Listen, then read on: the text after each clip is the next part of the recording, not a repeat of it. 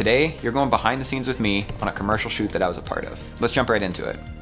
For this shoot, we were hired by the hotel to capture experiences that they offer to their guests. And these photos and videos would be used in a variety of marketing materials for the hotel.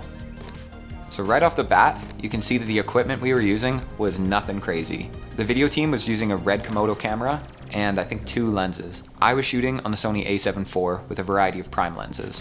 We chose to shoot the yoga on the patio at 7 in the morning.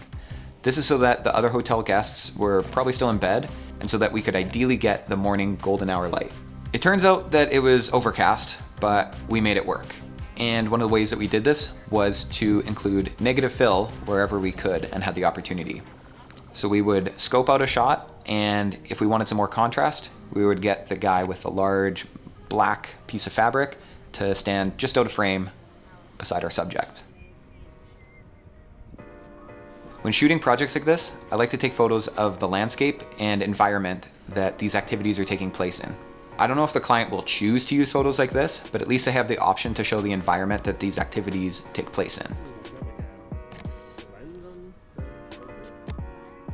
Most of these photos were taken horizontally, which is the opposite of what I usually do. I learned how to take photos on a phone, and the majority of the photos that I take for myself end up on social media and are viewed on a phone vertically.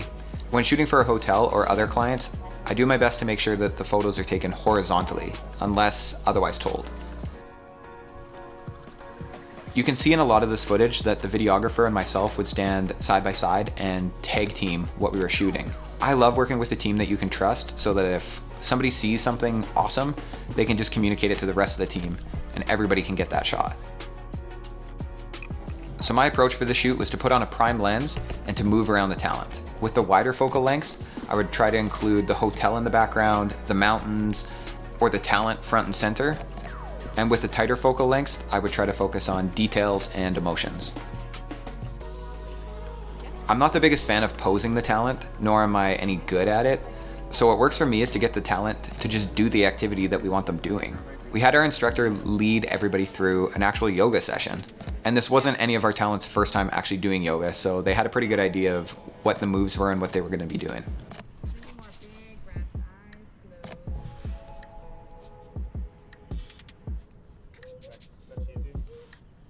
The sun did not really come out during the time of our shoot, but something that really helped these photos pop was the colorful wardrobe that our talent was wearing. I personally dress in primarily neutral colors, but that doesn't mean the talent should. I feel that the yellows and blues that the talent is wearing really helps them stand out from the environment and subtly lets your eye know what it should be paying attention to in the scene. We had a great producer for the day, and they made sure to grab a couple different options of wardrobe for everybody involved.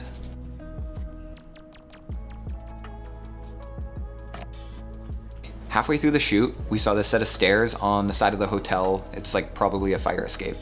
We took a quick hike up the stairs and noticed that this higher perspective gave us a great establishing shot of the talent in this environment in the mountains. I made sure to capture this at a couple different focal lengths, some to make the talent the center of attention, as well as some wider shots to show you what your yoga session could look like in this beautiful environment.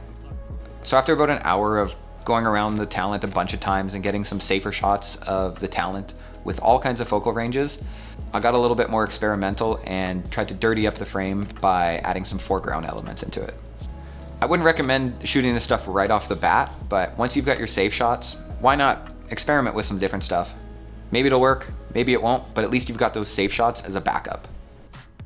This is the first video that I've posted on the channel that is not street photography specific related, and I'd love to hear what you guys think of that. Is this something you'd want to see more of?